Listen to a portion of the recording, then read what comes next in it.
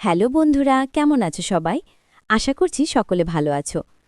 প্রিয় বন্ধুরা, আজকে তোমাদের জন্য নিয়ে এলাম আরও একটি নতুন গল্প। আশা করছি তোমাদের দাঁড়িয়ে যাবে, তাই ভিডিওটা শুরু থেকে শেষ পর্যন্ত দেখো। আমি হাসান। কলকাতা থেকে দূরে এক অচপাড়া গায়ে আমি আমার বাবা আম্মার সাথে থাকি। আমার বাবা একজন ব্যবসায়ী ও গ্রামের চেয়ারম্যান। বয়স ৫৬, আমার বয়স ৩৩। ১৫ বছর বয়সে আমার বাবার সাথে বিয়ে হয়েছিল। আমার এখন বয়স ১৮। আম্মা তানিয়া বেগম, আর ৫টা গ্রামের মেয়েদের মতো, কিন্তু খুবই লাজুক ও বোকা। আম্মাকে জ্ঞান হবার পর থেকে এখনও উঁচু গলায় কথা বলতে শুনিনি, আর বাবাকে তো বাঘের মতো ভয় পায়। আমি খুবই ভালোবাসি আম্মাকে। আম্মা তার চেয়ে বহুগুণ ভালোবাসে আমায়। আজ পর্যন্ত কখনো কড়া গলায় আমায় কিছু বলেনি মা। একটা সময় ভাবতাম অন্যরা আম্মার কাছে বকা বা শাসন পায়, কিন্তু আমি পাই না কেন? কিন্তু এখন ভালো লাগে। যাই হোক, আমার আম্মা পৃথিবীর সবচেয়ে সুন্দরী বললেও কম হবে, কারণ আম্মার বয়সে একজন নারী আমার সমান সন্তানের এত কম বয়সে জন্ম দিলে শরীর ভাঙার কথা, কিন্তু মা সামান্য তা হয়নি। বাড়ির সব কাজ আম্মা একা হাতে সামলায়, তবে ধানের বোতল এলে একজন কাকি এসে সাহায্য করে আম্মাকে। যাই হোক, আমার আম্মা বাড়িতে সালোয়ার কামিজ আর সুতির শাড়ি পরেন। আম্মা বাড়িতে এবং বাইরে সবসময় নিজের পোশাক নিয়ে সংবেদনশীল। কখনো বাড়ির বাইরে যায় না একান্ত প্রয়োজনে, আব্বা নিয়ে না গেলেও বোরকা পড়ে যায়, আর বাড়িতে সর্বোচ্চ হলে ওড়না বুকের গলিয়ে কোমরে বেঁধে নেয়। আমার কাছে আম্মার সৌন্দর্য হঠাৎ করে প্রকাশ পায়। একদিন রাতে প্রস্রাবের চাপ এলে ওঠে বাইরে যাই। আমাদের টয়লেট ঘর থেকে একটু দূরে। আব্বা আম্মার ঘরের সামনে দিয়ে যেতে হয়, তো আমি তাদের ঘরের সামনে আসতে একটা শব্দ পেলাম। শব্দটা বুঝতে পারছিলাম না, কিন্তু আম্মাদের ঘর থেকে আসছে। ভালো মন্দ বিচার না করে কৌতূহলী হয়ে এগিয়ে জানালার কাছে এসে দাঁড়াতেই শব্দ কিসের বুঝতে পারি। কাঠের খাঁটে কচকচ শব্দ হচ্ছিল। আমার বুঝতে বাকি নেই কিসের কারণে শব্দ। কখনো আব্বা আম্মাকে খারাপ নজরে দেখিনি, কিন্তু কেন জানি না সেদিন আমি সব যেন গুলিয়ে ফেলি। জানালায় হাত দিয়ে দেখি বন্ধ ভেতর থেকে, তাই হতাশ হলাম। কিন্তু হঠাৎ নজর পড়ল জানালার পাশ দিয়ে টিনের জোড়ায় কিছুটা ফাঁকা দিয়ে ভেতর থেকে আলো আসছে। আমি তাড়াতাড়ি চোখ রাখি তাতে। এরপর যা দেখলাম তা ছিল আমার রক্ত গরম করা দৃশ্য। আমি ওটা ভুলেই প্রচণ্ড প্রস্রাব পাওয়ায় দৌড়ে টয়লেটে যাই। প্রস্রাব করে এসে আরেকবার চোখ রাখলাম, কিন্তু এবার মনে একটা বজ্র পড়ল। আম্মার ওপর এখনও আব্বা শুয়ে আছে, কিন্তু আম্মার চোখ দিয়ে টপ করে পানি পড়ছে মাটিতে। এটা দেখে আমার বুকে প্রবল আঘাত পেলাম। আম্মা কাঁদছে কেন? আম্মাকে প্রথম কাঁদতে দেখে আমার অস্থির লাগছিল।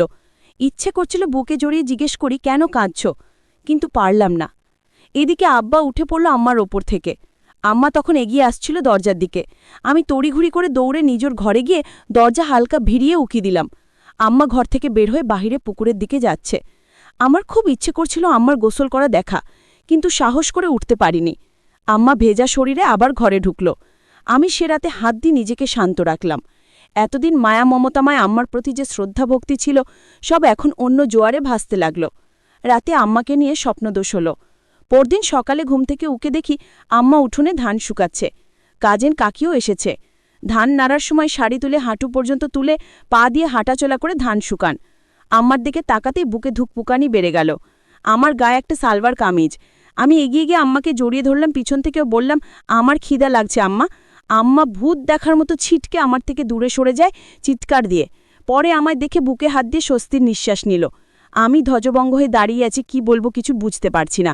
আসলে কখনো আম্মাকে এভাবে জড়িয়ে ধরিনি বড় হবার পর, তাই ভয় পেয়ে গেছে ও। ওদিকে কাকি হাঁ করে তাকিয়েছে বিষয়টা বোঝার জন্য। আম্মা তখন আমার জীবনের অন্যতম অবাক করা কাণ্ড ঘটালো। জোর গলায় রাগের সুরে বলল, এম্মে ধরো কিসের জন্য? এত বড় হয় তোমার জ্ঞান বুদ্ধি হয় নাই? আম্মার চোখ মুখে রাগ আর পানির ঝলকানি। আমি ভয় পেয়ে গেলাম আম্মার এই রূপ দেখে। আম্মা আমায় তার প্রতি মনোভাব পুরো পাল্টে দিল। আমি প্রচণ্ড কষ্ট নিয়ে মুখ চোখে পানি নিয়ে মাথা নিচু করে ঘরে চলে গেলাম। তখন বাইরে শুনতে পেলাম কাকি বলছে, কিরে বুড়ি, তোর কি হয়েছে? জীবনে যে পোলার একটু গলা উচকা কথা কইস নেই, আজ কুই করে এমনে বকলি? আমার কোনো প্রত্যুত্তর পেলাম না। মন খারাপ করে সেই যে ঘরে ঢুকেছি, আর বের হইনি। ঘুমিয়ে পড়েছি। দুপুরে হঠাৎ একটা শব্দে ঘুম ভাঙল। ঘুম ভাঙতে চমকে শোয়া থেকে উঠে পড়ি। আম্মা আমার পাশে বসে অখাধরে কেঁদে চলেছে ফুপিয়ে ফুপিয়ে। আমি, কি হয়েছে আম্মা? কান্দেন কেন? কি হয়েছে কন আমারে? আম্মা আমার বুকে জড়িয়ে ধরি কাঁদতে লাগলেও বলে উঠল, আমারে মাফ করে দাও বাবু। আমি আজকে আমার বাবুরারে বকা দিচ্ছি। তুমি মন খারাপ করো না সোনা, রাগ করো না। আমি সকালের আম্মার সাথে এই আম্মাকে মেলাতে পারছি না।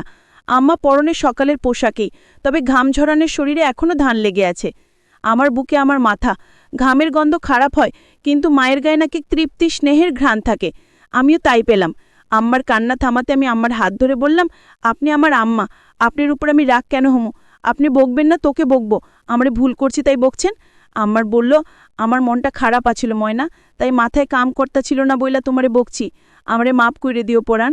আমি আপনি এইসব বললেন না মা, আমি আপনার ভীষণ ভালোবাসি, আপনি এমন করলে আমি কষ্ট পাই, আপনার উপর আমার কোনো রাগ নাই, কাইনেন না দয়া করে। আমার কান্না থামল কিছুটা, তখন বললাম, আমার খিদা লাগছে আম্মা। আম্মা, ও শোনা, এই তো আসো আমার লগে। আমার পোলারা সকাল থেকে কিছু খায় না, কি মুখ পুরি আমি আমার মুখ চেপে থামিয়ে বললাম, এসব কইবেন না আম্মা, আমার কষ্ট হয়। বলে আমি কি এক সাহসিকতায় জানি না আমার ছোট্ট একটা হামি দিয়ে বসলাম। সেকেন্ডের জন্য আমিও স্তব্ধ হয়ে গেলাম, কিন্তু আম্মার খানিক কোনো বিড়ি প্রতিক্রিয়া ছিল না। উল্টো আমায় অবাক করে আমার গালেও দিয়ে আমার সোনা বলে বুকে জড়িয়ে ধরল। আমি আকাশ পাতাল এক হওয়ার মতো অবস্থা হয়ে গেলাম। আসলে কখনো এমন কিছু ঘটেনি এর আগে।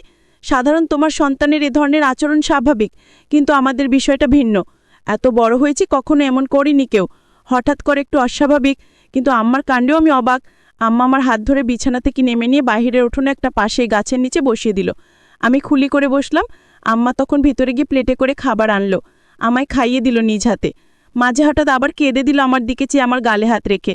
আমি, আবার কাঁদছেন আপনি? এসব ভুলে যান, আমি না আপনার পোলা, আমারে ভালোবাসেন বলেই তো বকছেন, নাইলে বকতেন না তো। আমি আমার চোখ মুছে দিলাম। তারপরে থামে না, আমি আর খামো না আপনি কাঁদলে, আমি উঠে চলে যাচ্ছি। তখনই আম্মা আমার হাত ধরে বসিয়ে দিল। ও বলল, আচ্ছা আর কানমো না, বসো বসো। আমি মার চোখ ভালো করে মুছে দিয়ে আবার হামে দিলাম। প্রথমবার দিয়ে সাহস বেড়ে গেছে। মা এবারও কিছু বলল না, মুচকি হেসে আমার প্রতি স্নেহ প্রকাশ করল। আমি বুঝলাম মা অপরাধবোধে আবেগী হয়ে গেছে বলে এই আচরণ। যাই হোক, স্বাভাবিকভাবেই নিলাম। খেয়ে উঠে গোসল করে এলাম নদী থেকে। বাড়িতে ঢুকে দেখি আম্মা গোসল করে কাপড় নাড়ছিল উঠোনে। গায়ে একটা নীল শাড়ি, ভেজা চুলে গামছা বেঁধে খোপা করে কাপড় নাড়ছে। তখনই আরেক কাহিনী ঘটল। আমার চোখ আটকে গেল মার পেটে। জীবনে মার দিকে এভাবে তাকায়নি বলেই হয়তো এত সুন্দর আমার নজর এড়িয়ে গেছে এতদিন। আমি তাকিয়ে আছি একধানে পেটের দিকে। মা তখন আমায় দেখে ফেলে ও তাড়াহুড়া করে পেট ঢেকে ফেলে। আমার খুব লজ্জা পেল বিষয়টাতে, বিব্রত হলাম মার কাছে ধরা পড়ে। কিন্তু মা কিছু বলল না। কয়েকদিন চলে গেল। হঠাৎ আরেকদিন রাতে উঠে টয়লেটে যাই, তখন আবার আম্মার কণ্ঠ খাটের কচ শব্দ পেয়ে থমকে যাই। কেন জানি না ভুলেই গেছিলাম এই বিষয়টা। এই দুদিনের কথা ভেবে নিজেকে একবার জ্বালিয়ে দিলাম, কেন দেখলাম না। রীতিমতো জানালার পাশের ফাঁকায় চোখ রাখতেই আবার সেই দৃশ্য। আম্মার চোখ মুখে ঠিক আগের মতোই নিঃস্বর চাহনি, একদম নিস্তেজ লাশের মতো পড়ে আছে। আর আব্বা আপন মনে কাজ করে চলেছে। আমি আর সামলাতে পারলাম না, ওখানেই হাত দিয়ে শান্তি করে নিলাম। কাজ শেষে আব্বা আগের মতোই উঠে দাঁড়িয়ে যায়। আব্বাকে দেখে আজ এক প্রকার রাগ হলো, কেনই বুড়ো জামার আম্মার মতো এক রূপবতীকে পায় তা আমার বুদ্ধিতে আসে না। এই বুড়োর সাথে এমন মেয়ে বয়সী নারীকে মানায় না। থলতলে ভুড়িওয়ালা পেট নিয়ে কোনো লাভই হচ্ছে না, তা ক্লাস 1-এর বাচ্চাদেরও বুঝতে বাকি থাকবে না। আম্মা খাট থেকে নেমে আঁচল ঠিক করতে লাগলো। আমি বুঝলাম বেরোবে, তাই দ্রুত ঘরে গিয়ে দরজায় উকি দিলাম। আম্মা দরজা খুলে বের হলো।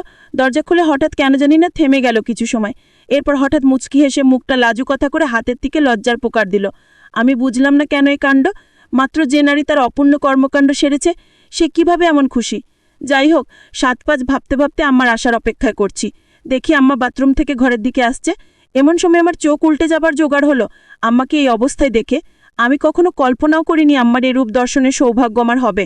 উঠোনের বাতি জ্বলছে, সেই আলোয় আম্মার গায়ে পানির বিন্দু চকমক করছে হীরের মতো। হঠাৎ আম্মা তার ঘরের সামনে এসে থেমে গেল। আম্মার দিকে আমার মুখ, আচমকা হাত তুলে আড়মোড়া ভাঙার মতো করল, আর তার জন্য আরও ভালো লাগছিল। হঠাৎ আবার ঘুরে দাঁড়ালো আম্মা। এটা দেখে আমার হুঁশ হালাবাড়ি অবস্থান। আম্মা ঘরের ভিতরে ঢুকে গেল। এদিকে আমার কি আর শান্ত থাকার জো আছে। আজও আমি হাত দিয়ে নিজেকে শান্ত করে নিলাম। সকালে উঠলে দেখি অনেক বেলা, রোদের আলোয় ঘুম ভাঙল। উঠে বাইরে বেরিয়ে দেখি কাজের কাকি আর আম্মা গল্প করছে, ধান সিদ্ধ করছে। আমি গিয়ে তাদের সামনে দাঁড়ালাম। কাকি বলল, আপনি উঠছেন? এত বেলা করে কেউ ঘুমায়? আমি মুচকি হাসলাম।